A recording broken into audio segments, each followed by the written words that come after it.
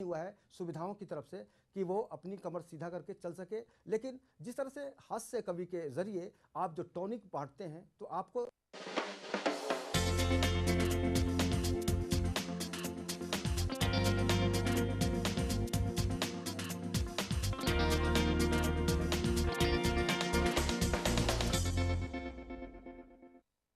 नमस्कार, आप देख रहे हैं 11 न्यूज में आपके साथ नितिन माधव। मोदी सरकार ने रेल किराए में 14.2% बढ़ोतरी की है और माल भाड़े में 6.5 की बढ़ोतरी की है। इस महंगाई को लेकर मुंबई भर में सारे राजनीतिक पार्टियों और साथ ही साथ जनता ने विरोध जताया है। क्या चल रहा है मुंबई में, इस विरोध को लेकर जानते हैं हमारी इस खास पेशकश में।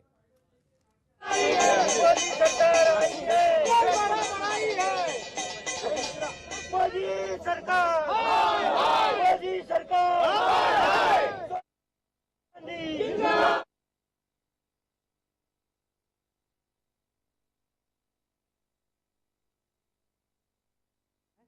तो निर्मल, क्या कुछ वहां का माहौल है और क्या वहां पर मांगे हुई लोगों की? जी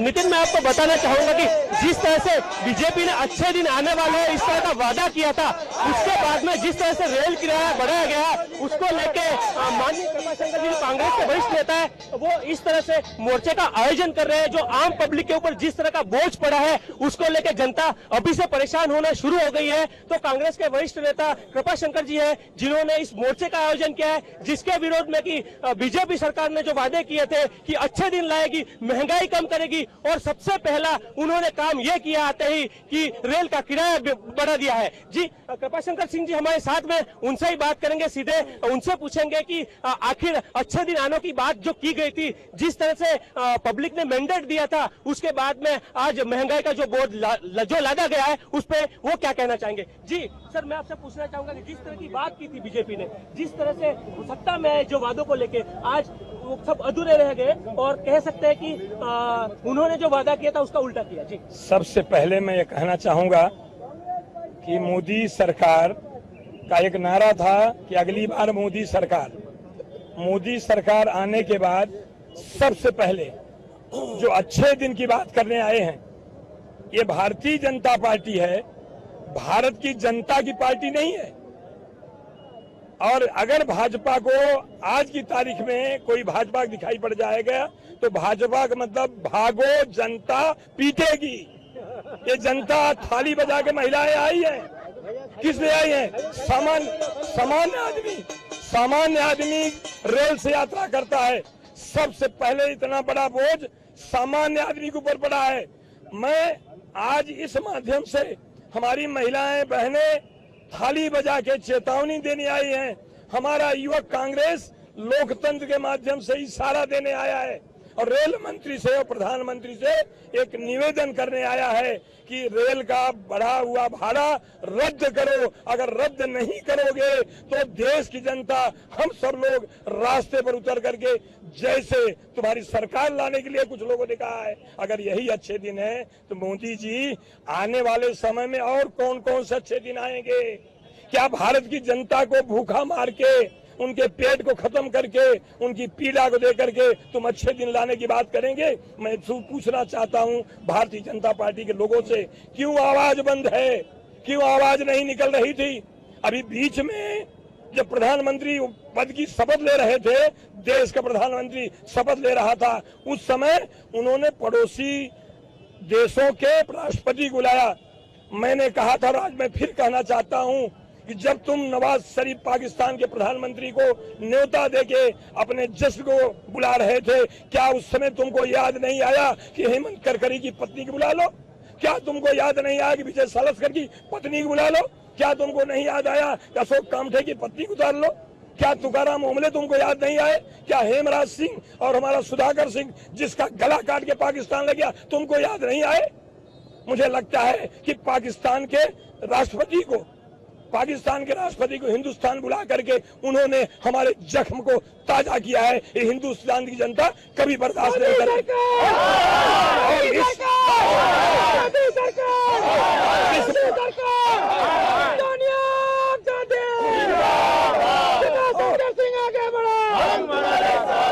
और ये हमारी शुरुआत है, ये हमारी शुरुआत है। आगे आने वाले समय में जब जब ये सरकार हमारी जनता के खिलाफ, देश के नागरिकों के खिलाफ ऐसे कहते हैं कि मैं कुछ करे, जी कड़वी दवाई पिलाने की बात कही गई थी। मेरा दूसरा क्वेश्चन यही था कि जिस तरह से अच्छे दिन आने वाले बता रहा हूँ, यही राजनाथ सिंह जी ने क्या कहा था, एक सभा में रिकॉर्ड है कि नरेंद्र मोदी सिंह है, इना सिंह नहीं मोदी सिंह है। वो ऐसा टैबलेट है कि जिसको जरा भी दर्द होगा मोदी सिंह खाएंगे। मैं राजनाथ सिंह जी से पूछना चाहता हूं, भारत के आप गृह मंत्री हैं, आप भारतीय जनता पार्टी के अध्यक्ष हैं, कहाँ है मोदी सिंह? ये मोदी सिंह खिला के गरीबों को रेल का भाड़ा बढ़ा करके तुमने अपने असली उसको बता दिया है।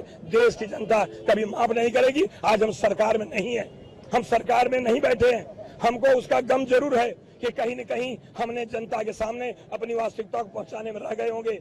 आज हमें काली पट्टी लगा के निषेध करते हैं, कल सड़कों पर उतर करके हमें बताएंगे कि ये रेल का भाड़ा रद्द हुए बना हम लोग शांति से नहीं बैठेंगे। जी यही मोदी थे जिन्होंने जब कांग्रेस अपनी सरकार थी तब भाड़ा बढ़ाने की बात कर रही थी, तब इन्हीं मोदी ने ट्वीट किया था कि ये बिल्कुल गलत बात है कि इस समय पे रेलवे का भाड़ा जो बढ़ाया जाएगा तो आम जनता पे इसका बोझ पड़ेगा। आज उसी लाइन पे खुद मोदी चल रहे हैं। ये किस तरह का दोहरा मापदंड? नहीं, मैं तो कह रहा हूँ कि हमारा चैनल 1 हो, हमारा आज तक हो, हमारा GTV हो, हमारा NDTV हो, स्टार हो, ABP हो, सभी न्यूज चैनलों से मेरी एक प्रार्थना है, उनकी बातों को आपके जरिए जनता ने देखा, उनका असली चेहरा देखा नहीं था, अब असली चेहरा उनका सामने आया है। तो आपसे मेरी प्रार्थना है, इसको लोगों तक पहुंचाइए, नरेंद्र मोदी जी तक पहुंचाइए, देश के प्रधानमंत्री के पास पहुंचाइए।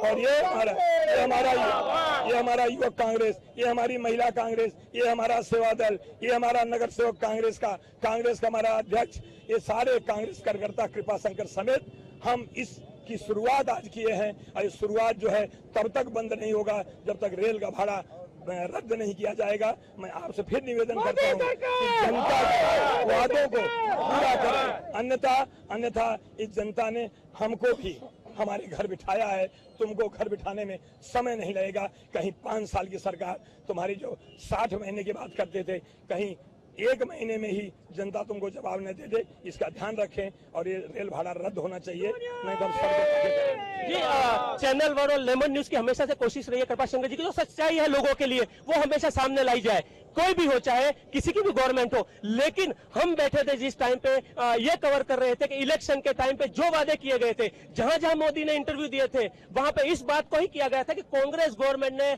60 साल में देश को खोखला कर डाला है। लोगों में आपने देखा होगा फेसबुक पे, ट्विटर पे इसी तरह की बात जो चल रही थी, महंगाई की बात की जा रही थी कि महंगाई में आज दूध कहां पहुंच गया है, रेल किराए कहां पहुंच गए, ऐसा आने वाला है कि 2-3 साल में तो पूरा कोटा खाली हो जाए। अब वही मोदी बात कर रहे हैं कि ये जो कोटा खाली किया गया है जो कांग्रेस गवर्नमेंट के द्वारा, उसको भरने के लिए हमें कहीं ना कहीं कड़वी दवाई पिलानी पड़ेगी। कितना आप इस बात से इत्तेफाक रखते हैं? फेसबुक तो लोगों ने पढ़ा, फेस नहीं देखा था, फेस अब दिखाई पड़ रहा है, चेहरा अब दिखाई पड़ रहा है। किसी पिक्चर के गाना है कि क्या मिलिए ऐसे लोगों से जिनकी फितरत छुपी रहे, नकली चेहरा सामने आए और असली सूरत छिपी रहे। तो आज असली सूरत इनका सामने आया है।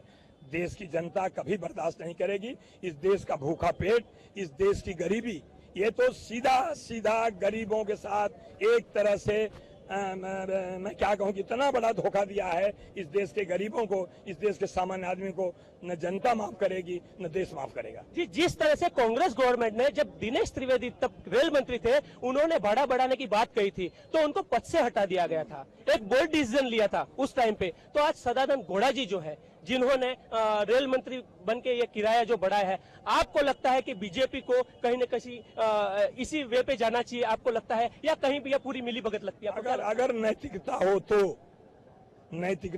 तो जिस दिन भाड़ा बढ़ाने की घोषणा की उसी दिन रेल मंत्री को पद से हटा। नैतिकता हो तो, नैतिकता है ही नहीं है। ये जो मुखौटा है, ये जो नकली चेहरा है, इस चेहरे से हम सब लोग सजग होकर के हम लोकतंत्र के माध्यम से हम वही करना चाहते हैं जो उन्होंने झूठे तरीके से फेसबुक से बताया। अब मैं उनकी बुक जो है हम खुद लिखेंगे, हम उनका चेहरा देखेंगे और उस फेसबुक को असली फेस सामने लाएंगे। और मुझे देश की जनता ने हमारी पार्टी को नकारा है, हमने उसका स्वागत किया है। लेकिन जो आए हैं, अच्छे दिन लाए हैं, रेल किराया बढ़ाए हैं, अभी कितने लोग मरवाए हैं, उनके इतिहास को दोहराए हैं, तो मैं बोलता अगर यही अच्छे दिन आए हैं तो मुझे लगता है कि उनके अच्छे दिन होंगे जो सत्ता में बैठे होंगे, जिनको लाल बत्ती की गाड़ियां मिली होंगी, जिनको उनके अच्छे दिन होंगे। देश की जनता को अच्छे दिन नहीं आएंगे। फिर कहता हूं, बीजेपी भागो जनता पीटेगी। ये जनता सबसे सरोपर है। अगर भगवान के पास कोई किसी का निर्णय लेता है तो हमारी जनता लेती है। जनता ने निर्णय लिया, हमको घर बिठाया, हम फिर से उसी बात को लेकर के जो हमारी महात्मा गांधी की, हमारी कांग्रेस की परंपरा, जिसको पंडित जवाहरलाल नेहरू ने शुरुआत करी देश की परंपरा को, आज हमारी सोनिया जी गांधी, राहुल जी गांधी इसका नेतृत्व कर रहे हैं। हम सब लोग कांग्रेस से मिल करके उसी दिशा में जाएंगे और जनता के सामने हम अपनी असली चेहरा जो था वही चेहरा लेके जाएंगे। लेकिन रेल भाड़ा रद्द होना ही चाहिए। इसके लिए ये हमारी आंदोलन की शुरुआत है।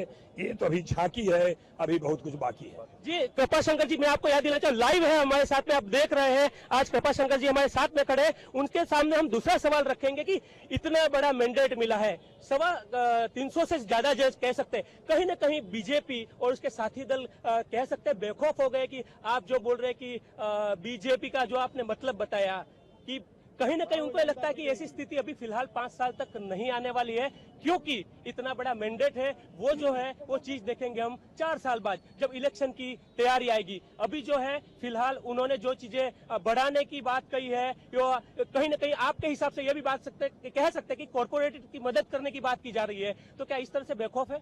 देखो, 4 साल 5 साल के लिए जनता ने लोकतंत्र में, डेमोक्रेसी में उनको चुन के दिया है, लेकिन हम चुप नहीं बैठेंगे।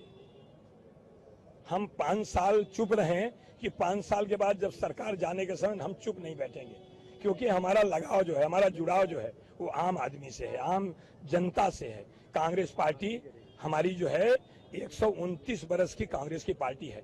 कांग्रेस पार्टी के लोगों ने इस देश के लिए अपनी जान दी है, परिवार के लिए जान दी है। ये जान लेने वाले लोग हैं और कांग्रेस पार्टी के परिवार के लोग जान देने वाले हैं। चाहे वो इंदिरा जी गांधी के ले लो, चाहे महात्मा गांधी के ले लो, चाहे राजीव गांधी के ले लो, आज भी श्रीमती सोनिया गांधी, अभी आते आते सरकार ने हमारी प्रियंका गांधी के सिक्योरिटी के बारे में, उनका एक राज्य मंत्री कहता है कि सिक्योरिटी विड्रॉ होगी। उस प्रियंका जी जो राजीव गांधी की पत्नी है, जो इंदिरा गांधी की ग्रैंड डॉटर है, जो सोनिया गांधी की पुत्री है, जो राहुल गांधी की बहन है, उसने चिट्ठी लिख के दे दिया कि हमारे से सारी सिक्योरिटी विड्रॉ कर लो, हमको सिक्योरिटी नहीं चाहिए, हमारी सिक्योरिटी देश की जनता करेगी। और वो निकल पड़ी बाहर। तो ये ऐसे लोगों को, जो रिवेंजफुल लोग आए हैं, बदला लेने की भावना से आए हैं, जनता का किए गए वादों को पूरा करने नहीं आए, तो हम 5 साल के लोकतंत्र में उनकी सरकार है, लेकिन जनता जाग उठी है, जनता जाग रही है। जनता जागेगी तो ये भागेगी। जब जनता सोई रहेगी ये भी सोए रहेंगे। उनको हम चैन की नींद सोने नहीं देंगे। जनता के हित में, जनहित में, भारत देश के हित में हम उनको चैन से सोने नहीं देंगे। एक सवाल और, जिस चीज को लेके कांग्रेस को जनता ने नकारा था, कह सकते हैं महंगाई का बड़ा मुद्दा था। उस समय की जो बात करें तो महंगाई चरम सीमा पे, लोगों को यह लग रहा था कि लोग त्रस्त थे, चाहे गैस हो, चाहे पानी हो, चाहे बिजली हो। इसी मुद्दों को लेकर बीजेपी ने आगे बढ़ा था। उन्होंने कहा था हम अच्छे दिन लाएंगे, हम आपको इस तरह के वादे नहीं करते कि आपको 2 रुपए में चावल गेहूं दे देंगे, लेकिन आपको जिस तरह की एक रोटी है, आपकी जरूरी रोटी है, वो आप तक जरूर पहुंचेगी, ऊपर से लेकर नीचे तक का ये जो लेवल है ऊपर। आज आपके पास में मैंडेट की जो बात करें, काफी संख्या में कम है, और आज आपको लड़ना है उस पब्लिक के लिए जो कहीं ना कहीं पछता रही होगी कि हमने क्यों वोट दिया मोदी को।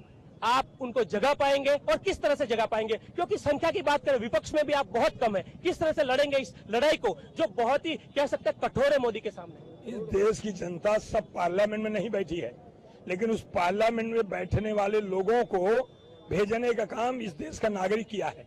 वो मेंबर ऑफ पार्लियामेंट जब अपने इलाके में आएंगे तो यहाँ की जनता उनको जवाब देगी, उनको घेरेगी, उनको मजबूर करेगी कि बढ़ा हुआ भाड़ा ये करो। अच्छे दिन उनके आए हैं, बुरे दिन भारत देश के नागरिकों के आए हैं। इस बुरे दिन को, उनके अच्छे दिन को परिवर्तित करने का काम जब भी समय आएगा, मैं इसलिए कह रहा हूं कि जो मेंबर ऑफ पार्लियामेंट बैठे हैं, हमारे यहाँ के सामान्य नागरिक, हमारी बहनें, हमारा युवक, ये नहीं जा सकता, लेकिन जिनको बिठाया है उनका घर घेरेंगी, उनको रास्ते बुलाएंगी और रेल यात्रा बढ़ा हुआ माफ कराएंगी। गैस की कीमत बढ़ने नहीं देंगे। जो हम जब हमारी सरकार थी, हमारी सरकार ने निर्णय लेते थे तो यही लोग किस ढंग का विरोध करते थे और कहा था कि पाकिस्तान के साथ बात नहीं करनी चाहिए, पाकिस्तान के खिलाड़ियों के यहाँ आना नहीं चाहिए। और पाकिस्तान के राष्ट्रपति को बुला करके, जब पिछली बार अटल बिहारी वाजपेयी जी प्रधानमंत्री थे तब उन्होंने मुशर्रफ को बुलाया था। ये उनको बुला करके क्या बताना चाहते हैं? पड़ोसी राज्यों, पड़ोसी देशों से संबंध अच्छा होना चाहिए, लेकिन संबंध ऐसा होना नहीं चाहिए कि सुधाकर सिंह और हेमराज सिंह का गला काटने के बाद, संबंध बनाने के बाद ये भारतीय जनता पार्टी ने किया है। देश की जनता एक एक नागरिक माफ नहीं करेगा, भारत माता का सपूत कभी ये माफ नहीं करेगा। जी, जिस तरह से बात कही गई थी जब नवाज शरीफ इधर आए थे या परवेज मुशर्रफ आए, तब बिरयानी की बात कही जा रही थी कि कांग्रेस है वो बिठा बिठा के बिरयानी खिला रही है और इस तरह से हमारे पे आतंकवादी हमले हो रहे हैं। आज वही बीजेपी वही कांग्रेस की राह पे चल रही है। जो कांग्रेस ने रास्ता बनाया था बातचीत का, आज उसको ही फॉलो अप करना पड़ रहा है। क्या मानते हैं, ये भी एक दोहरी नीति हो गई उनकी कि जिस वक्त यहाँ पे हमला होता है, मोदी ने बात कही थी कि किसी भी तरह की बात नहीं की जाएगी जब तक जो सीमा विवाद है वो खत्म हो जाए, लेकिन आज उनको निमंत्रण दिया गया। सबसे पहले दिन का काम उनका ये रहा कि नवाज शरीफ जो है उनको न्योता दिया गया। ये किस तरह की राजनीति है? इस देश के महात्मा गांधी को राष्ट्रपिता कहा गया। सम्माननीय प्रधानमंत्री भारत के नरेंद्र मोदी जी का मैं भाषण सुन रहा था। मेरे जैसे एक सामान्य कार्यकर्ता का दिल दहल गया जब उन्होंने कहा कि महात्मा गांधी के मार्गों पर और दीनदयाल उपाध्याय के मार्गों पर चलेंगे। तो क्या महात्मा गांधी का मार्ग और दीनदयाल उपाध्याय जी का मार्ग एक ही था? क्या आदरणीय प्रधानमंत्री जी को महात्मा गांधी एक व्यक्ति नहीं थे, एक विचारधारा थे? और उनकी हत्या करने वाला नाथूराम गोडसे एक व्यक्ति नहीं था, विचारधारा था। क्या उस विचारधारा से आदरणीय प्रधानमंत्री नरेंद्र मोदी जी अलग हो गए हैं? या देश की जनता के सामने बता सकते हैं कि नाथूराम गोडसे आरएसएस का नहीं था? अन्यथा महात्मा गांधी का नाम लेना उतना ही घोर अपराध है जितना उनकी हत्या करना। मैं आपके माध्यम से जानना चाहता हूं कि महात्मा गांधी का मार्ग क्या था। आज चुनाव खत्म हुआ है, आप पूरे बहुमत के साथ सत्ता पे बैठे हो, देश की जनता आपके किए गए वादों को देख रही है। आपने शुरुआत रेल यात्रा बढ़ा के किया है। ये भारत देश की जनता को धोखा नहीं दे सकते, मूर्ख नहीं बना सकते। आपने कहा मैं आसमान ला के दे दूंगा, आपने कहा सूरज ला के दे दूंगा, हमको एक मौका दीजिए। वो मौका देश ने दिया है। तुमने 60 महीने का मौका मांगा है, तुमने 5 साल का मौका मांगा है, लेकिन साल भी नहीं पूरा हुआ, महीने भी नहीं पूरे हुए और आपने इस देश की जनता के सामने एक बड़ा, एक घोर अपराध मैं कह रहा हूँ, रेल यात्रा बढ़ा करके और ये कहना कि हम चाहते हैं कि वर्ल्ड क्लास रेल बने। क्या आप नहीं चाहते इस भारत देश की जनता वर्ल्ड क्लास नागरिक बने? क्या आप नहीं चाहते? क्या इस देश की जनता को मार करके वर्ल्ड क्लास बनाओगे? तो इससे अच्छा है गरीब जनता को इकट्ठे खड़े कर दो, ले लो हेलीकॉप्टर सेना की और वहां से बम छोड़ दो, इस देश की गरीब जनता मर जाए। वर्ल्ड क्लास हिंदुस्तान बना दो, वर्ल्ड क्लास रेल बना दो। वर्ल्ड क्लास रेल बनाने के बाद कल ही मैं सुन रहा था रेल मंत्री की आवाज, मैं सुन रहा था देश के हमारे वित्त मंत्री अरुण जेटली साहब की भाषण वक्तव्य को, मैं सुन रहा था मनोज सिन्हा जी रेल राज्य मंत्री के, हम वर्ल्ड क्लास रेलवे बनाना चाहते हैं, लेकिन गरीबों को मार करके गरीब मर जाए, वर्ल्ड क्लास हिंदुस्तान बन जाए। मुझे लगता है कि महात्मा गांधी की उस परंपरा को पहले राष्ट्रपति डॉक्टर राजेंद्र प्रसाद जी ने, जिस भारतीय संविधान को परम पूज्य डॉक्टर बाबा साहब अम्बेडकर ने इस देश का ढांचा सौंपा था, वो ढांचे के खिलाफ जाकर के इस देश का लोकतंत्र नहीं चलेगा, नहीं चलेगा और नहीं चलेगा। इसीलिए आज हम लोग सड़क पर आए हैं कि परम पूज्य डॉक्टर बाबा साहब अम्बेडकर ने जिस संविधान को भारत के पहले राष्ट्रपति डॉक्टर राजेंद्र प्रसाद के सौंपी थी, उस परंपरा को लेकर के हम लोग चलेंगे। तो उनको मैंडेट मिला है, आपको बहुमत मिला है, आप सरकार चलाइए, लेकिन जनता के विरुद्ध चलाओगे तो हमको सरकार नहीं है। हम रास्ते पे आकर के हम उसका लोकतंत्र के माध्यम से उसका विरोध कर रहे हैं, करते रहेंगे। जी जी जी हम ब्रेक ले रहे हैं, उसके बाद आपके पास फिर से हमारे साथ में कृपाशंकर जी बने रहेंगे। बहुत अहम सवाल अभी बाकी है। जिस गुजरात मॉडल की बात की गई थी, जिस गुजरात मॉडल को देश में लागू करने की बात की गई थी, वो मॉडल क्या यही है? कृपाशंकर जी हमको बताएंगे, आप बने रहिए हमारे साथ में।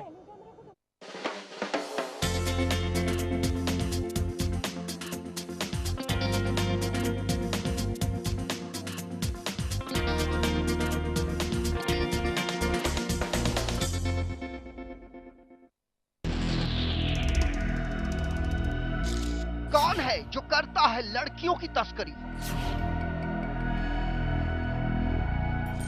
विदेशों में कैसे करवाया जाता है देह व्यवसाय का गोरख धंधा। भारत से विदेशों में कैसे भेजी जाती हैं लड़कियां।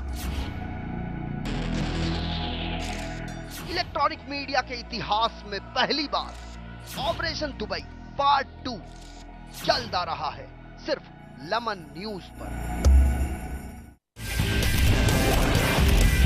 जो परसेंटेज ऑफ वोटिंग है ये बम्पर माना जाता है। मरते किसान और सोते सरकार। नमस्कार, मैं प्रशांत आंग्रे और आप तमाम दर्शकों का स्वागत है एसएम प्राइम टाइम में। लेमन प्राइम टाइम हर रात 9 बजे।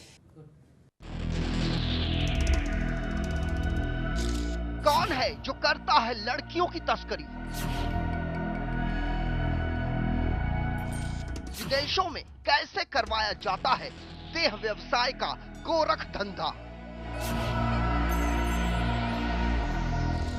भारत से विदेशों में कैसे भेजी जाती हैं लड़कियां।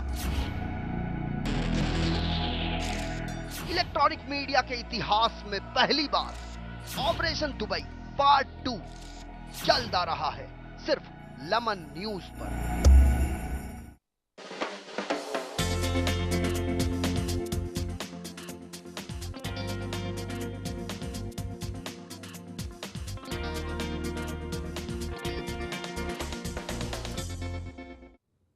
नमस्कार, ब्रेक के बाद फिर से स्वागत है आप सभी का।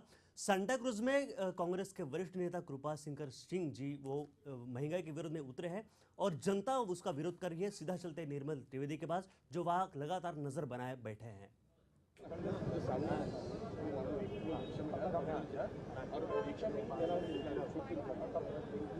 इल्जाम लगाया था लीपापोती की थी। ये जो महंगाई बढ़ी है वो कांग्रेस की मोदी सरकार। जी फिर एक बार कृपाशंकर जी हमारे साथ में है। एक अहम मुद्दा जो बाकी रह गया है कि जो गुजरात मॉडल की बात की जा रही थी, देश में गुजरात मॉडल लागू किया जाएगा और इस बेस पर बीजेपी को लोगों ने मैंडेट भी दिया, बीजेपी चुन के भी आई, अच्छी खासी उन्हें सीटें भी मिली। क्या यही गुजरात मॉडल है, ये बताएंगे हमें कृपाशंकर जी। जिस गुजरात मॉडल की बात की जा रही थी, वहां की तरक्की दिखाई जा रही थी, बाकी जितने भी स्टेट्स हैं उसकी तरक्की और उसमें कंपैरिजन किया जा रहा था। गुजरात को नंबर 1 बताया जा रहा था। विदेशों में भी कहा जा रहा था कि जो कांग्रेस गवर्नमेंट है उन्होंने भी माना है कि गुजरात मॉडल काफी ताकतवर और सक्सेसफुल है। आज क्या कहेंगे आप? मुझे लगता है कि गुजरात मॉडल का जो नंबर 1 है, भारत सरकार का गुजरात मॉडल नंबर 1 रेल भाड़ा बढ़ाया है। ये मॉडल नंबर 1 है। अभी कितने मॉडल आएंगे उसको हमको देखना है, लेकिन पहले मॉडल को ही हम उस मॉडल की जो भाषण में कहा करते थे आज सरकार में है। ये मॉडल नंबर 1 जो देश के नागरिकों के विरुद्ध एक मॉडल नंबर 1 पेश किया है, तो आने वाले समय में इनके मॉडल 2, मॉडल 3, मॉडल 4, मॉडल 5 जो भी आएंगे, हम इस मॉडल को ये मान के चल रहे हैं कि जिन परिस्थितियों में इस सरकार ने रेल भाड़ा सामान्य आदमी के ऊपर एक ऐसी मार मारी है, एक ऐसा मतलब दुख पहुंचाया है कि लोगों की आह जो है, लोगों की पीड़ा जो है, इनको टिकने नहीं देगी। जी 2002 के दंगे लोगों ने बुला दिए सिर्फ इस बेस पे कि हाँ अब देश चाहता है कि देश आगे बढ़े, लोग रोजगार पाए, लोग महंगाई से त्रस्त है, उनको कहीं छुटकारा मिले। इस चीज को बुला दिया गया जो 2002 में हुआ। लेकिन आज हालात वहीं के वहीं आके ठहरे। लोगों ने मैंडेट दिया, लेकिन शुरुआत जो की है बीजेपी ने कहीं ना कहीं की है महंगाई से। आज कहीं ना कहीं आपको लगता है कि लोगों को भी पछतावा होगा इस चीज का? भारत देश के उन तमाम मतदाताओं ने सचमुच सब कुछ भुला करके, कांग्रेस पार्टी के किए हुए उन अच्छे कार्यों को भुला करके, इस देश के मतदाताओं को लगा था कि हो सकता है कि आज जिस स्थिति में हम हैं, जिन परिस्थितियों में हम जी रहे हैं, काश हम सब चीज भुला करके एक पार्टी के हाथों में सत्ता दे देंगे तो हमारी जो पीड़ा है, हमारा जो दर्द है वो कम हो जाएगा। लेकिन आज किसी शायर की मुझे एक लाइन याद आती है, ये जो भारतीय जनता पार्टी की सरकार है उनके बारे में किसी शायर ने कहा, मैं शायर ने सुना है कि ये भारतीय जनता पार्टी के लोग मुट्ठियों में नमक लेकर के फिरा कर रहे हैं, मेहरबानी करके अपने जख्म को इनको मत दिखाओ। तो आज उसी ढंग से जो जख्म को लेकर के लोगों को लगा था एक मरहम लगेगा, हमारे घाव ठीक होंगे, जो घाव थे उनको अब उनको मालूम पड़ा कि वो घाव नहीं था, वो काल्पनिक घाव था। उस घाव पे नमक छिड़कने का काम कर रहे हैं, मेरे घाव को और चिल्लाने के लिए मजबूर कर रहे हैं। वो घाव को लेकर के उनके नमक से लोग दूर भाग रहे हैं, क्योंकि नमक खाता है आदमी, मतदाताओं का मत लेता है, एक बड़ा विश्वास होता है। और लोकतंत्र 3 भागों में बटा है, 3। पहली प्रक्रिया होती है आश्वासन, दूसरी होती योजना, तीसरी होती वचन पूर्ति। जब मतदाताओं के बीच में जाते हैं हम उनसे कहते हैं कि मैं आपके बीच में आया हूं, मेरी पार्टी के उद्देश्यों को लेके आया हूं, मेरी पार्टी के मैनिफेस्टो को लेके आया हूं। अगर आपने मुझे उस लायक बनाया तो मैं आपके जो नागरिक हित है, जो जनहित है, उस पर मैं काम करूंगा, चाहे विकास से जुड़ा हो, चाहे लोगों से जुड़ा हो। लेकिन जीत के आने के बाद दूसरी कड़ी होती योजना। योजना बनाने में भी समय लगता है, लेकिन ये सारी योजना बना करके लोगों के सामने धोखा देने का, झूठ बोलने का काम किए हैं। इसलिए वचन पूर्ति तो छोड़ दो, योजना ही गलत है, शुरुआत ही गलत है। तो मुझे लगता है उनके वादे वो क्या है, कहाँ है तेरे वादे, हम मारे गए तेरे वादे पे कोई गाना लोग गाते हैं, आज वो सच साबित हो रहा है। वो गाना, वो लुभावने बात, वो तुम्हारे इसमें फंस गए हम, और फंस करके हमको जाल में फंसा के जैसे बहेलिया सताता है। ऐसा मत करो प्रधानमंत्री जी, ऐसा मत करो प्रधानमंत्री जी, ऐसा मत करो रेल मंत्री जी। हम आपसे अपील करते हैं कि मेरे घाव पे नमक मत छिड़को। हमारा घाव तो था भी नहीं, लेकिन वो जख्म जो तुम बातें करते थे, तुमने इतना बड़ा जख्म हमको देने का काम कर रहे हो। मेहरबानी करके सामान्य लोगों को, उन मतदाताओं को जिनको एक समय रोटी भी कभी खाने के लिए मजबूरी से कहीं लाना पड़ता है, उन समाज के लोगों के लिए रेल भाड़ा रद्द करो, यही मैं कहने आया। निर्मल, यहाँ हम बाकी जो वहाँ कार्यकर्ता दिखाई दे रहे हैं, निर्मल जी आप मेरी आवाज सुन रहे हैं?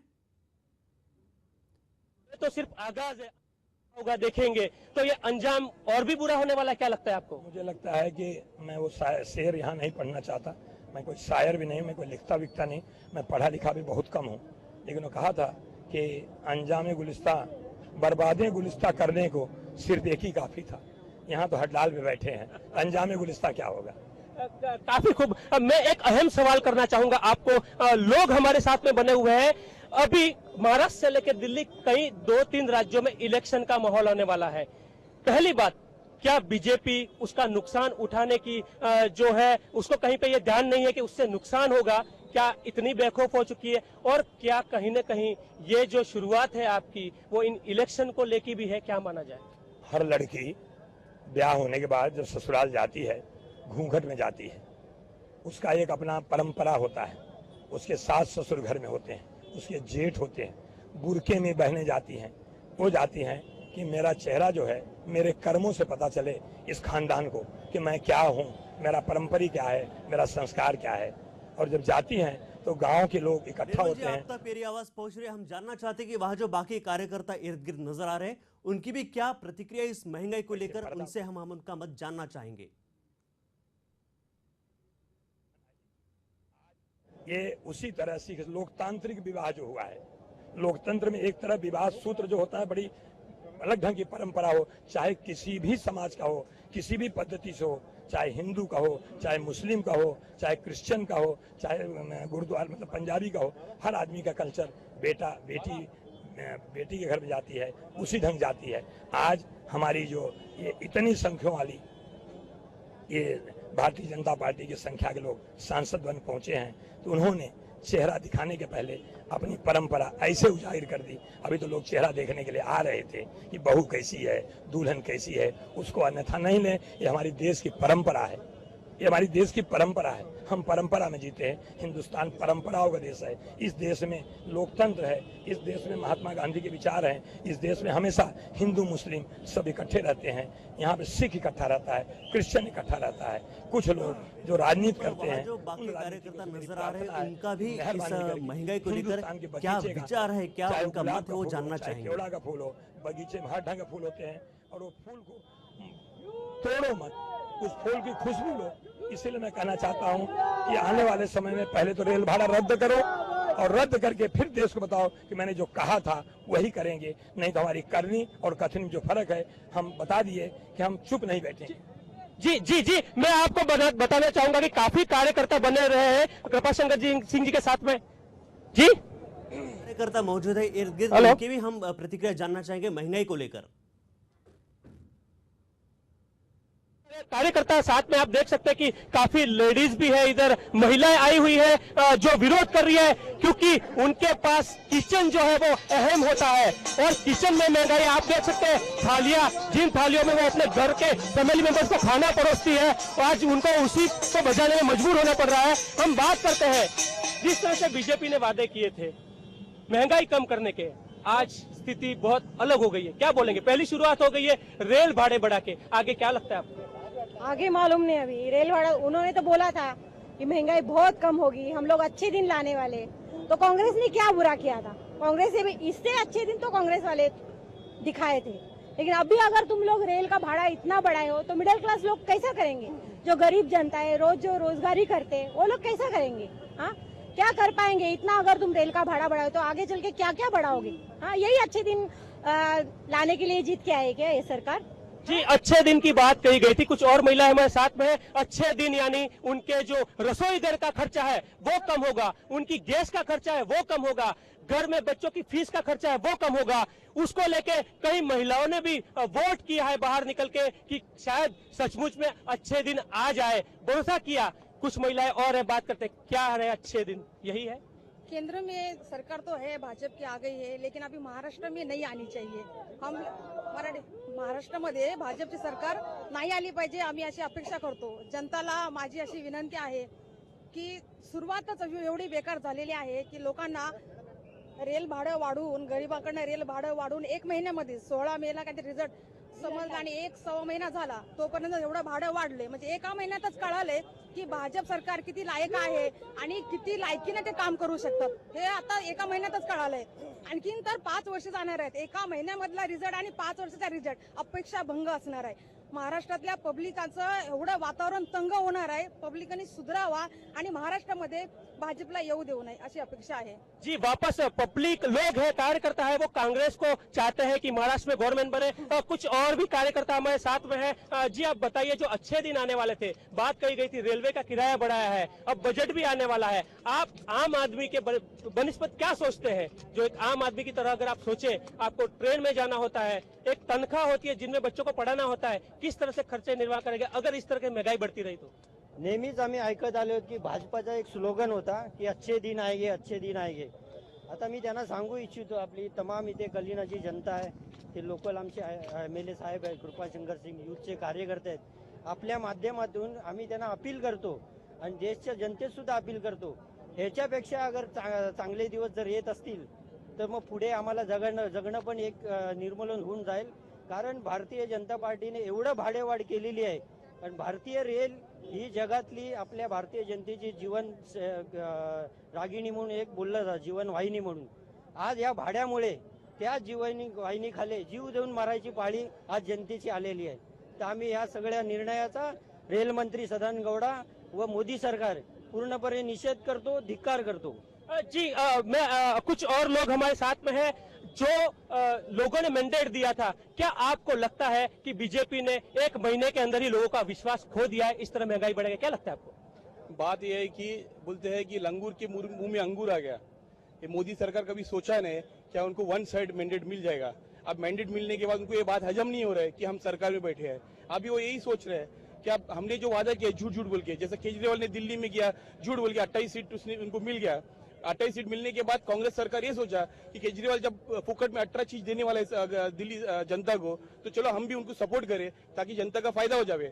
ऐसा करके मोदी सोचा नहीं इसको इधर मैंडेट मिल जाएगा। मैंडेट मिलने के बाद आज ऐसा हो गया कि जनता जिसने मैंडेट दिया वो पछता रहा है कि आज रेल भाड़ा जो है ये तो फर्स्ट स्टेप है, रेल भाड़ा तो डबल कर दिया। आप तो कड़वी दवा पिलाने की बात कर रहे हो, मैं तो बोलता ये तो कड़वी दवा था और जब बजट आएगा वो तो जहर पिला देगा पब्लिक को।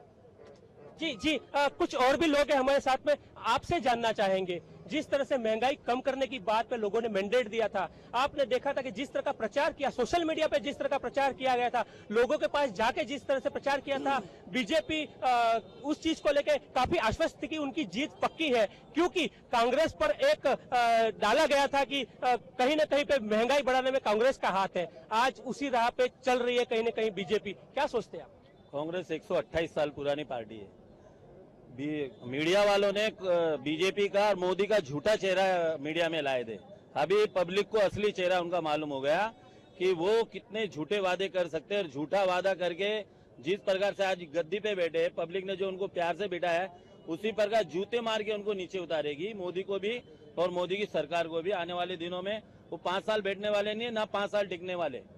हम लोग अभी तो आज ये शांतिपूर्वक करेंगे, इसके बाद में हम रोड पे उतर के आंदोलन करने वाले कांग्रेस पार्टी की तरफ से।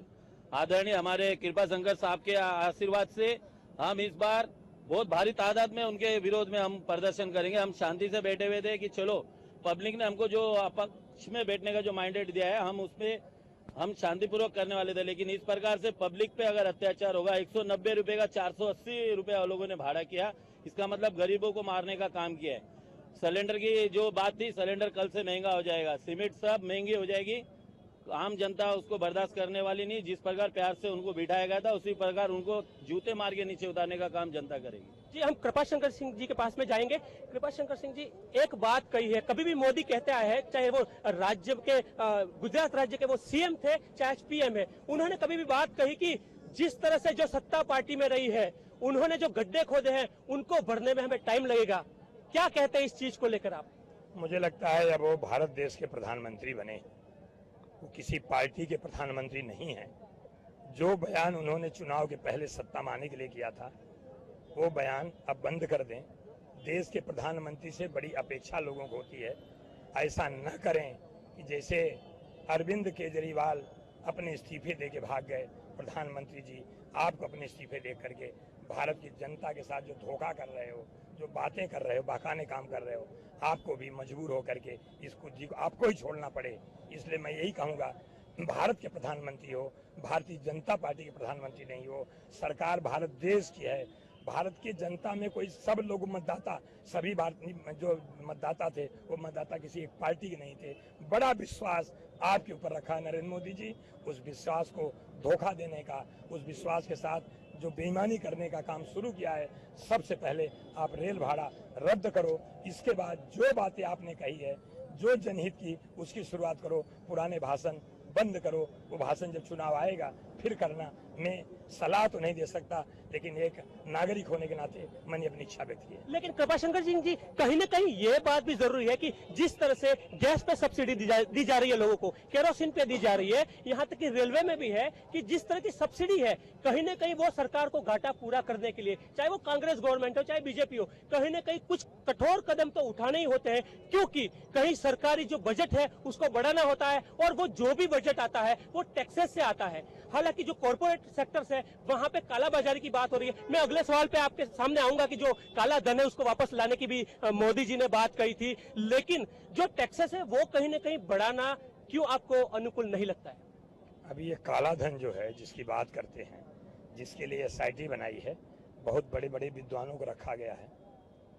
जब उन्होंने महंगाई की विरुद्ध की बात करी थी, कठोर निर्णय लेने की अभी बात करी, तो क्या कठोर निर्णय सिर्फ इस देश के जनता, जो गरीब जनता है, मैंने कहा कि 2 टाइम रोटी के लिए उसको उसका बेटा शाम को 2 पैसा कमा के लौटेगा नहीं, उनके लिए है?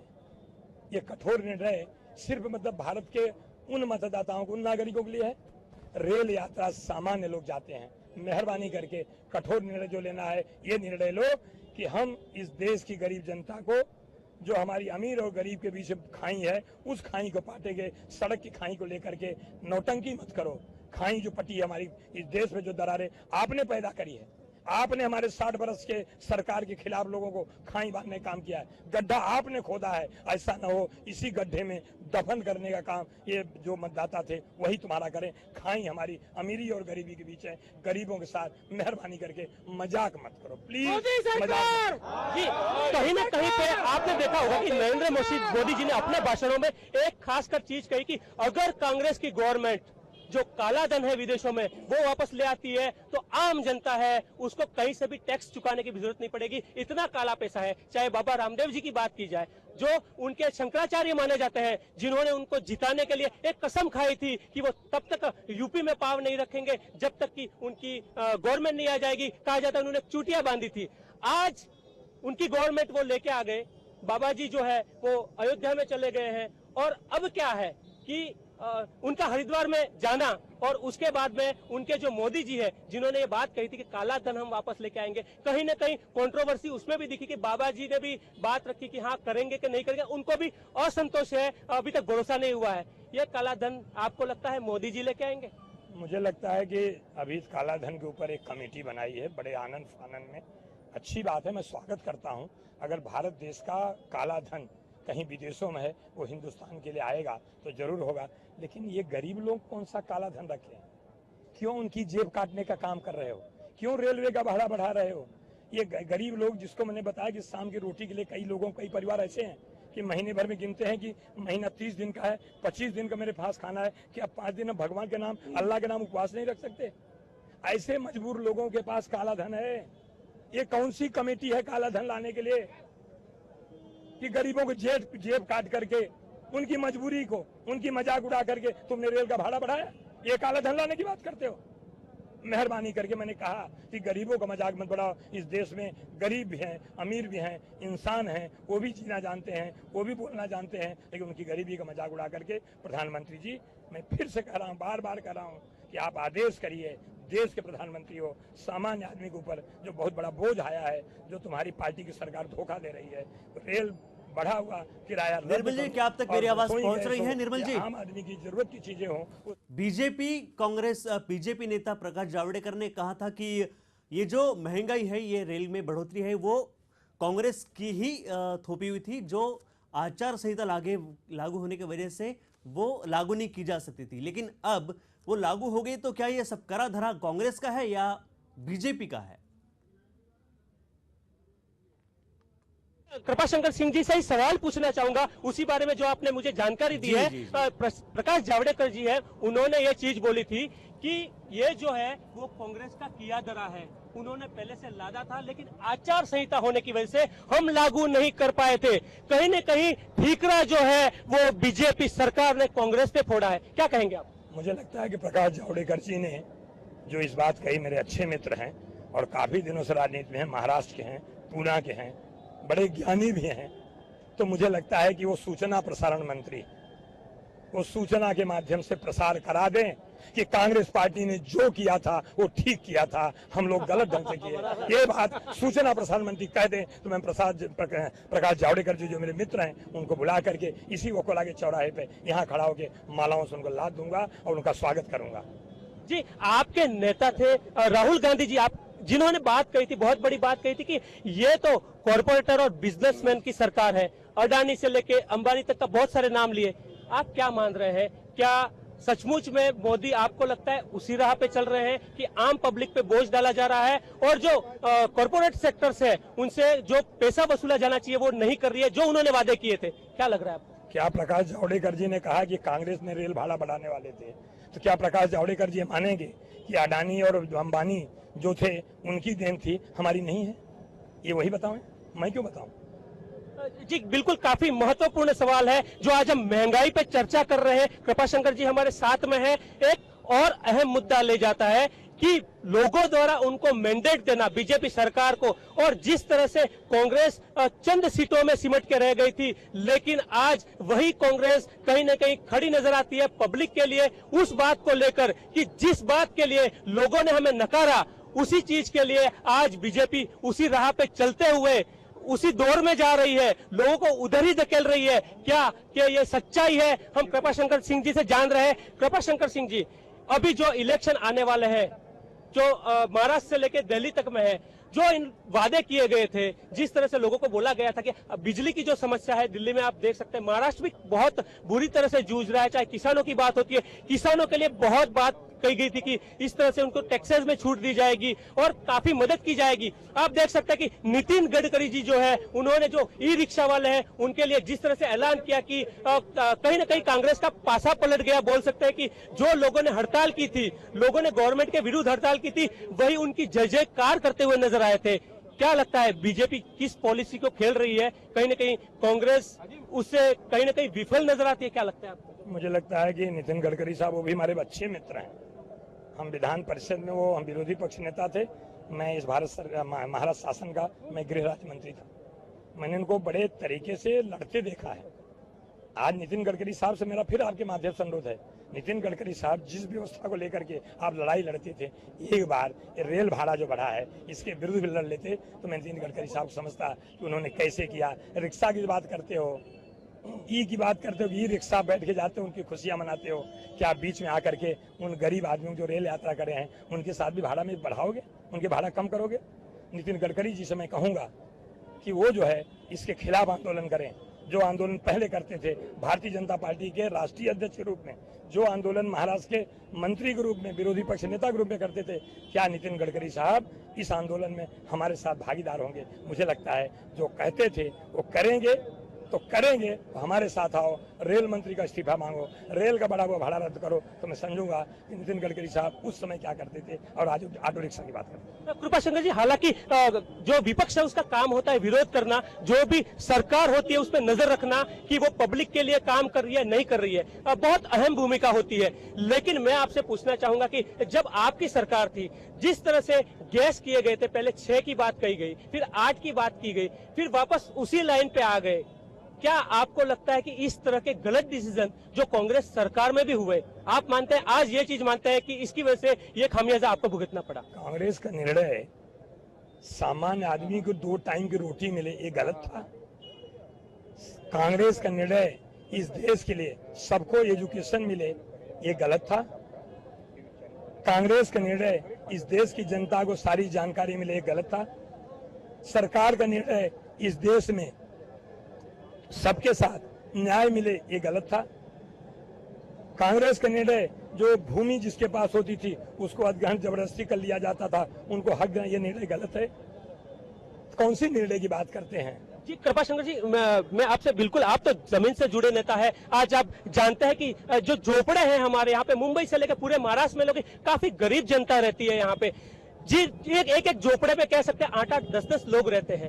वहां पे ये ऐलान किया गया था कि जो गैस है उसकी सब्सिडी 6 के बाद में हटा दी जाएगी। आप जानते हैं कि अगर एक घर में 8 से 10 लोग होते हैं, 1 महीने तक गैस कहीं ना कहीं पे टिक ही नहीं सकता, जो कि 6 गैस 12 महीने में बात की गई थी। इस तरह के निर्णय आज हम बिल्कुल आ रहे हैं, जिस तरह से बीजेपी के कृत्य शुरू हो गए हैं, आपके हिसाब से जिस तरह से वो फैसले लेना, कहीं ना कहीं इस तरह की बातों में अहम जो फैसले थे उसमें कहीं ना कहीं पे मैंने तब भी विरोध किया था।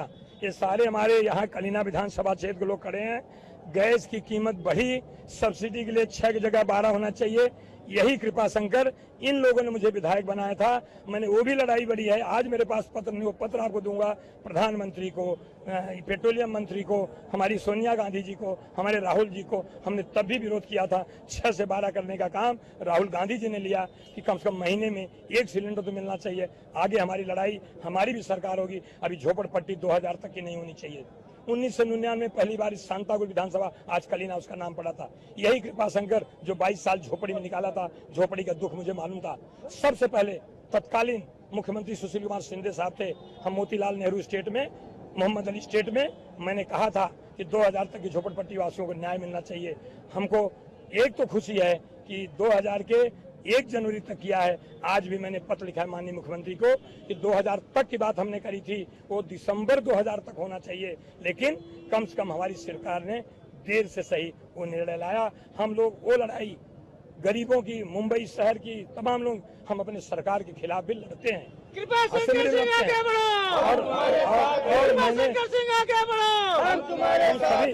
हम सभी सांसदों और विधायकों के साथ जी बिल्कुल बिल्कुल, मैं जी बिल्कुल लोगों की प्रतिक्रियाएं हम लेंगे। मैं आपसे एक चीज पूछना चाहूंगा कि जिस तरह से बीजेपी गवर्नमेंट ने रेल किराया बढ़ाया है, इस तरह का कदम है, कांग्रेस का उनके द्वारा ये एक्सप्लेनेशन दिया जा रहा है कि ये बढ़ाया हुआ था कांग्रेस का, लेकिन आचार संहिता की वजह से ये नहीं बढ़ा पाए थे, जो हमें लादना पड़ा। क्या कहते हैं आप? लेकिन पहली बात तो ये है कि जैसे कि मोदी सरकार ये अमीरों की सरकार है, गरीबों की नहीं है। क्योंकि जिस तरह से इन्होंने आज ज़्यादा से ज़्यादा महीना भर 2 महीना हुआ होगा, महीना भर भी नहीं हुआ होगा इनको आकर, और उन्होंने इतने जल्दी इतना बड़ा वो कदम उठा लिया, तो ये मेरे हिसाब से बहुत गलत है। और ये गरीबों की सरकार नहीं, अमीरों की सरकार है। जी बिल्कुल। कुछ महिलाएं हमारे साथ में, उनसे पूछेंगे कि किस तरह से उनके किचन पे बोझ पड़ेगा, क्योंकि रेलवे पर चाहे कर लादा जाए या प्याज पर लादा जाए, कहीं ना कहीं रसोई घर पे तो उसका असर आता ही जरूर है। जी, जिस तरह से किराया बढ़ाया गया है, कहीं ना कहीं उससे आपका बजट भी डिस्टर्ब हो रहा है। बहुत डिस्टर्ब हो गया है। हम लोगों को इतने कॉम्प्लिकेशंस हो रहा है कि फैमिली कैसा चलाए कैसा नहीं चलाए, उतने कम बजट में बहुत प्रॉब्लम्स हो रहे हैं। घर में रसोई का गैस का भाड़ा बढ़ गया है, सब्जियों का भी रेट बढ़ गया है, तो बच्चों को भी स्कूल्स वगैरह में कैसा। मोदी सरकार, हर मोदी ऐसा नारा लगाया जाता था, अब हम कहेंगे महंगी मोदी हो गई है। जी बिल्कुल। मैं आपसे जानना चाहूंगा कि किस तरह का फर्क पड़ रहा है जो आपके जीवन निर्वाह जो आप करते हैं, जिस तरह से रेल का किराया बढ़ा है, आगे बजट आने वाला है, कहीं महंगाई और भी बढ़ सकती है, क्या कहेंगे आप? हम तो यही बोलते हैं, हम लोग आस लगा के बैठे थे अपना मोदी आएंगे तो हमारा गरीबी दूर हो जाएगा, हमारे बच्चों की स्कूल के फीस माफ होएगा, हमारे भाजी सब्जी को कुछ किचन का काम हमारे जो होती है औरत लोग को, लेडीज लोग को, वो हमारे कुछ कम होएगा। हम लोग को तो आस लगता है कि मोदी सरकार को आने से और दून हम लोग को गरीबी बढ़ते जाएगी, कम नहीं हो रही है। क्यों हम लोग बहुत आस लगा के बैठे कि अपने मोदी आएंगे तो हमारे मन को आस पूरा करेंगे, लेकिन हम लोग को लगता है कि कभी पूरा होने वाली नहीं है। आगे दिन 5 साल में हम लोग को मरने का काम हो गया है। और हम लोग सोचते थे अपना कांग्रेस सरकार थी तो हम लोग अपना आस लगाए थे तो जरूर कुछ कम होता था, लेकिन 1 महीने में मोदी को आने को रेल के भाड़ा बढ़ गया, सब्जी को दाम बढ़ गया, राशन को दाम बढ़ गया, हम गरीब जिए तो कैसे जिए। जी बिल्कुल। लोग त्रस्त है इस चीज को लेकर, और काफी और लोग भी हमारे साथ हैं जिन्होंने बीजेपी सरकार को मैंडेट दिया था महंगाई कम करने के लिए। और जिस तरह से कहा जाता है कि कांग्रेस गवर्नमेंट के जो योजना आयोग है, मोंटेक सिंह अहलूवालिया जी है जो आज इस्तीफा दे चुके हैं, उन्होंने कहीं ना कहीं ये चीज रखी कि 12 रुपये में भरपेट खाना खा सकते हैं। 12 रुपया कमाने वाला और 36 रुपया कमाने वाला गरीब नहीं कहा जाता है। इसी बात को लेकर जनता में आक्रोश था, और जनता ने जो अपना गुस्सा दिखाया वो तो आप लोकसभा चुनाव में देख चुके हैं। वही मोदी जिन्होंने मोंटेक सिंह अहलूवालिया और योजना आयोग जो है उसको खारिज कर दिया, उसके बाद में आज वो क्या निर्णय लेते हैं। जिस तरह से महंगाई बढ़ी है, उन्होंने कहा था कि ऐसा नहीं हो सकता कि 32 रुपया और 12 रुपये में कोई आदमी पेट भर सकता है या अमीर कहला सकता है। लेकिन आज क्या जवाब देगी बीजेपी गवर्नमेंट इन लोगों से, जो लोग उनके साथ में थे इसलिए कि हाँ उनके घरों में खाना मिले, एक दिया जले और पानी मिले। आज इस चीज को लेके लोग सड़कों पे उतरना शुरू हो गए। कांग्रेस की बात करें तो कांग्रेस इस चीज को लेके बात कर रही है कि वो आगे बढ़ेगी और लोगों में इस बात को फैलाएगी कि किस तरह से बीजेपी ने उन्होंने उनके साथ धोखा किया है। आज बहुत सारे लोग हमारे साथ में हैं, उनसे भी हम बात करेंगे। जी आप बताइए कि जिस तरह से महंगाई कम करने की बात कही गई थी, अच्छे दिनों की बात कही गई थी, और आज यह है कि पहले रेलवे सरकार ने जो रेलवे है उसका सरकार ने भाड़ा बढ़ा दिया है। किस तरह से आपके जीवन में इफेक्ट पड़ेगा उसका? वो दुख में तो सबको बढ़ेगा, पर कम होना चाहिए। सरकार से हम बात करते हैं। जी आप क्या कहेंगे? हर एक तबकों का आप लीजिए। आज मजदूर तबका है, आज स्कूल में बच्चे पढ़ने वाले हैं, कॉलेज में जाने वाले हैं, हर एक को ले लो। जो नौकरी पेशा वाले लोग हैं, व्यवसाय करने वाले लोग हैं, सभी लोगों को है। वो जब सुबह उठ के निकलते हैं अपने घर से तो अपनी पहले जेब को देखते हैं। आज ये भाजपा सरकार ने गरीबों की जेब को काटा है, और ये सरकार उनको सबक सिखाएगी, सरकार उनको कड़ा जवाब देगी। हर एक विद्यार्थी, हर एक टीचर, हर एक प्रिंसिपल आज इनसे त्रस्त है। और इन्होंने जो आश्वासन दिया था कि हम गरीबी दूर करेंगे, गरीबी का दूर करने का नारा दिया था, आज जनता उनको सबक सिखाएगी। मैं आपको एक चीज याद दिलाना चाहता हूँ कि सदन के अंदर जब यूपीए सरकार ने बिल पास किया था तो यही मोदी जी जो गुजरात के जब मुख्यमंत्री थे उन्होंने कड़ा विरोध दिया था, पत्र लिखकर यूपीए सरकार को, सोनिया जी को कड़ा विरोध किया था। निर्मल जी, सदन में ये प्रस्ताव पास किया। जी निर्मल। हाँ जी, निर्मल, वहाँ जी, जी, मुझे जी। काफी यूथ दिख रहा है, पीछे में काफी यंग लोग दिख रहे हैं, तो उनका क्या नजरिया है इस महंगाई का और मोदी सरकार को लेकर, वो जानना चाहेंगे। बिल्कुल, आपको मैं बता सकता हूं कि इस बार जो यूथ है उसने काफी संख्या में वोटिंग किया था देश के अच्छे दिनों के लिए, अच्छे एजुकेशन और अच्छी नौकरियों के लिए। यही बात थी कि जो यूथ है इस बार अंबार लग गया था वोटों का। उसका कारण था कि यूथ में भी आक्रोश था, नए दिन चाहते थे, नई सरकार चाहते थे, लोग चाहते थे सचमुच में अच्छे दिन आए। जब मोदी जी ने वादा किया था कि अमेरिका का राष्ट्रपति से मुझे वीजा नहीं चाहिए, मेरे पीछे सब वीजा के लिए दौड़ेंगे और लोगों के लिए, नौकरियों के लिए विदेशों में जाने की जरूरत नहीं होगी। मेरा देश जो है वो इतनी नौकरियां पैदा कर देगा कि विदेशों के लोग आके यहाँ पे नौकरी करेंगे। आज इस बारे में जो युवा है वो क्या सोचते हैं, युवाओं की बात करते हैं। जी, आप बताइए कि जिस तरह से मोदी सरकार को आने की बात कही गई थी और उसके बाद में आज अच्छे दिनों की बात करने वाली सरकार ने जिस तरह से रेल किराया बढ़ा दिया है, आप कितना भरोसा करते हैं मोदी सरकार पे? मोदी सरकार पे हमारा भरोसा बिल्कुल भी नहीं है, क्योंकि मोदी सरकार ने जो वादा किया तो अभी नहीं निभा रहे हैं। रेल किराया भी वो तुरंत कम कर दे, नहीं तो फिर बाद में जो है उनका बहुत ही बुरा हाल होगा। कांग्रेस पार्टी थी तब तो लोग चिल्लाते थे कि महंगाई कम नहीं हुई, अब कांग्रेस पार्टी नहीं है तब तो मोदी के लिए कुछ नहीं कर रहे हैं। जी बिल्कुल, कुछ और लोग भी हमारे साथ में हैं, जहां पे युवाओं ने बात कही थी कि मोदी जो है वो अच्छे दिन लाएंगे, काफी भरोसा था, अच्छी खासी वोटिंग की थी युवाओं ने।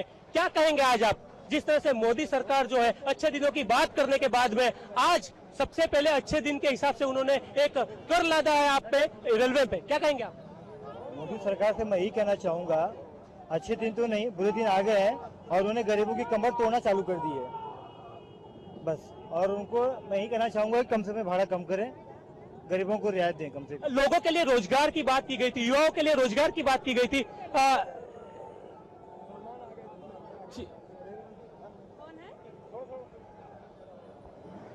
जी नितिन, कुछ हलचल है, मैं आपसे बताना चाहूंगा।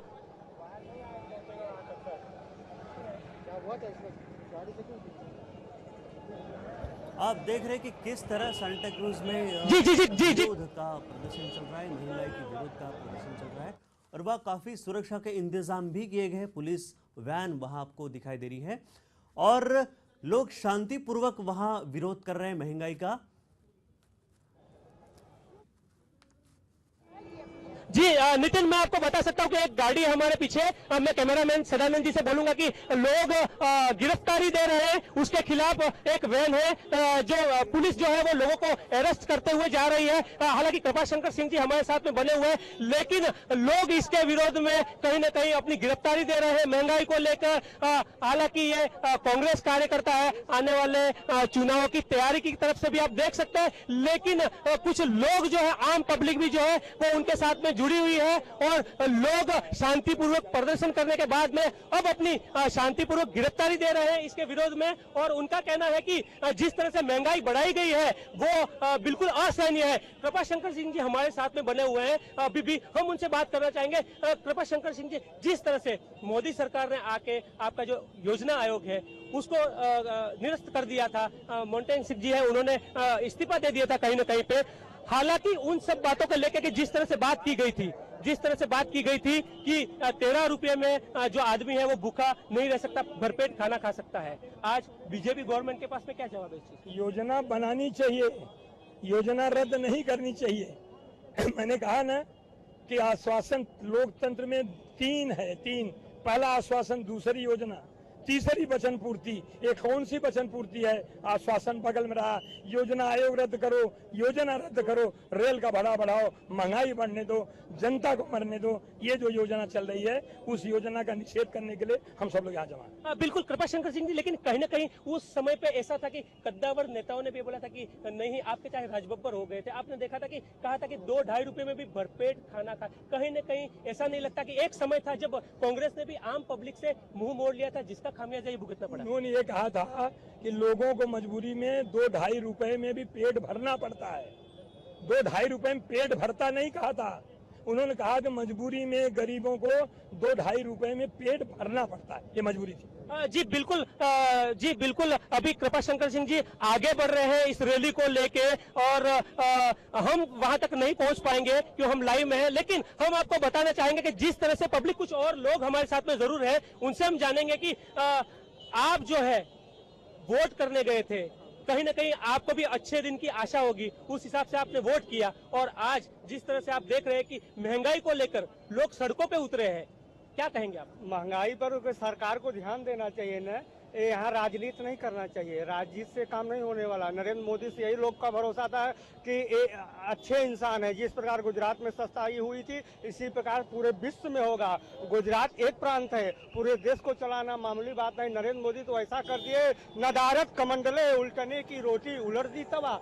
नरेंद्र मोदी से बहुत कुछ औरतों को भरोसा था, हमारा रसोई का घर का सस्ता होगा, रोटी पानी भाजी अनाज सब सस्ता हो गया। आज क्या हो गया? त्राही मचा है और ये लोग सब राजनीति कर रहे हैं, पब्लिक के बारे में कोई सोचने वाला है नहीं। लेकिन कहीं ना कहीं आप ये नहीं मानते कि कहीं एक महीने में महंगाई कम नहीं हो सकती?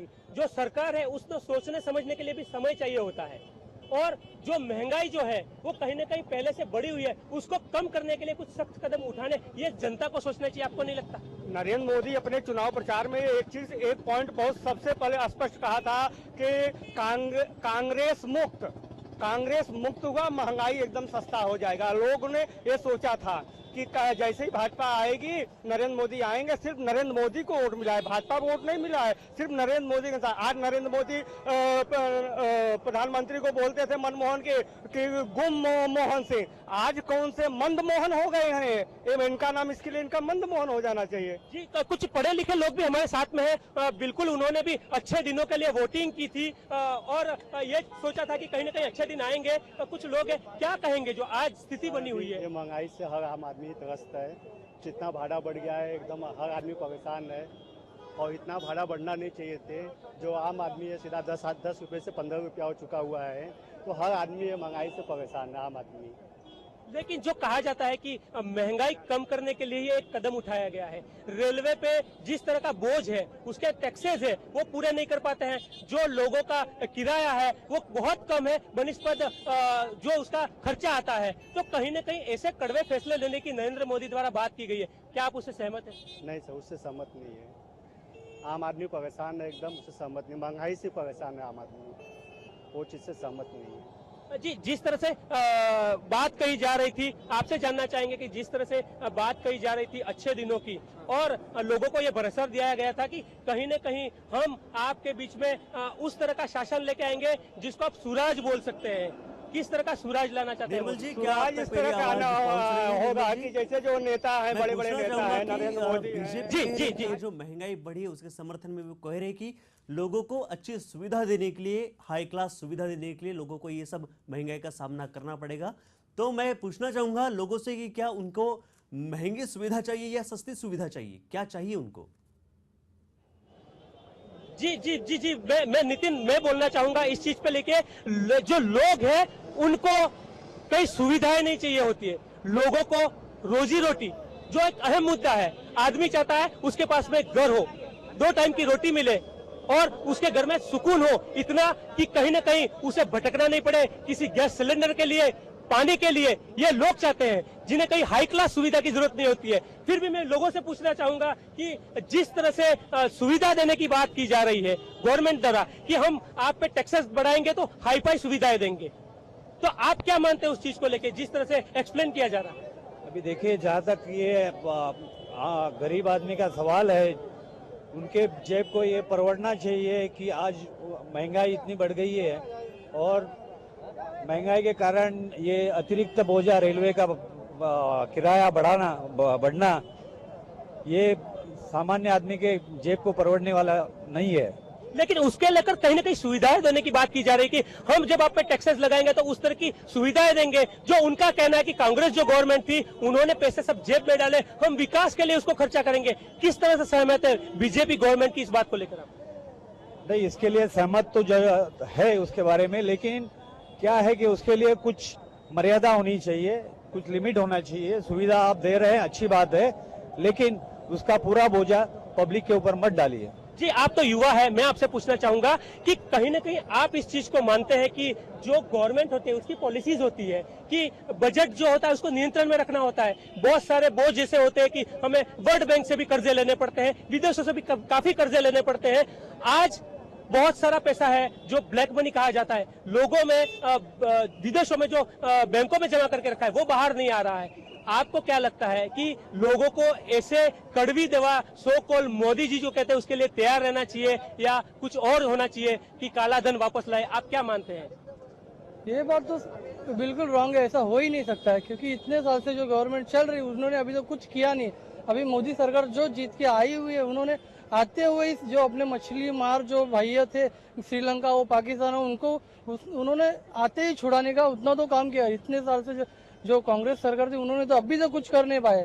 अभी देखो अभी जो प्रचार कर रहे ये कर रहे रेल के भाड़े कम करना है, महंगाई कम करना, अभी देखो इनके बाद मालूम पड़ेगा क्या होता है क्या नहीं होता है। अभी तो हम तो सिर्फ उनके पीछे हाँ हम लोग पब्लिक है हम मदद करेंगे, लेकिन हम लोग गरीबों के लिए अगर कोई गवर्नमेंट जी मैं आपको खास बताना चाहूंगा मैं आपको खास बात बताना चाहूंगा कि आज भी मोदी का जादू कहीं ना कहीं बना हुआ है जो युवक है उसमें, क्योंकि उनके सर पे अभी देख सकते हैं आप टोपी भले कांग्रेस की हो लेकिन जो वाहवाही या गुणगान है वो कहीं ना कहीं मोदी के लिए है। आप देख सकते हैं कि मोदी फैक्टर अभी भी कहीं ना कहीं काम कर रहा है। फिर भी बिल्कुल विचार रखने का हर युवा होता है, हर सदस्य होता है, हर देश का नागरिक होता है, उसका अधिकार है जो उन्हें रखना चाहिए मन से है। जिस तरह से उन्होंने वोटिंग की थी आक्रोश सामने आना चाहिए। और अगर जनता इस चीज को लेकर बिल्कुल सहमत है कि हाँ कुछ जो हमारे पे टैक्सेस है वो बढ़ेंगे, जो राजनीति से एक सवाल कि क्या ये महंगाई को लेकर जो कुछ विरोध हो रहा है तो इस पर दबाव पड़ेगा मोदी सरकार पर? जी से ये कहना चाहूंगा इस चीज को लेकर कि जो कहीं ना कहीं बीजेपी है या उसके सपोर्टर्स है इस चीज को सिर्फ इस हिसाब से लेंगे कि कहीं ना कहीं ये आने वाले जो इलेक्शन है उनकी गूंज सुनाई देने शुरू हो गई है, क्योंकि कहीं ना कहीं हर पार्टी को अपने लेवल पे तैयारी करनी होती है। लेकिन जो आम पब्लिक है, जो इनोसेंट लोग होते हैं, इनोसेंट लोगों को एक चीज होती है कि उन्हें जो बेसिक सुविधाएं हैं वो मिले।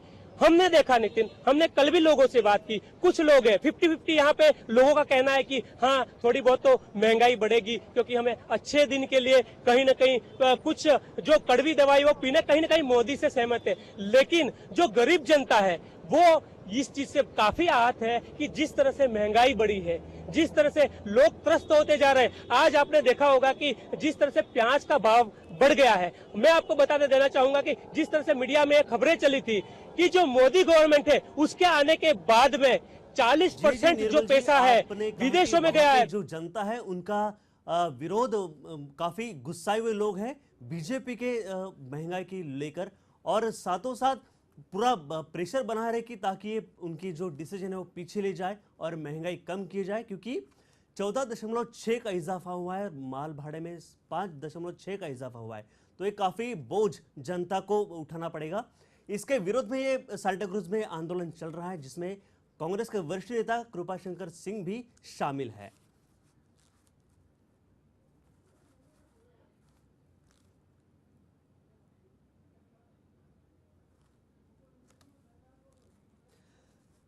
बहुत बहुत शुक्रिया इस पूरी जानकारी के लिए निर्मल जी। इस खास पेशकश में बस यही रुकना चाहेंगे। देखते रहिए आप लेमन न्यूज।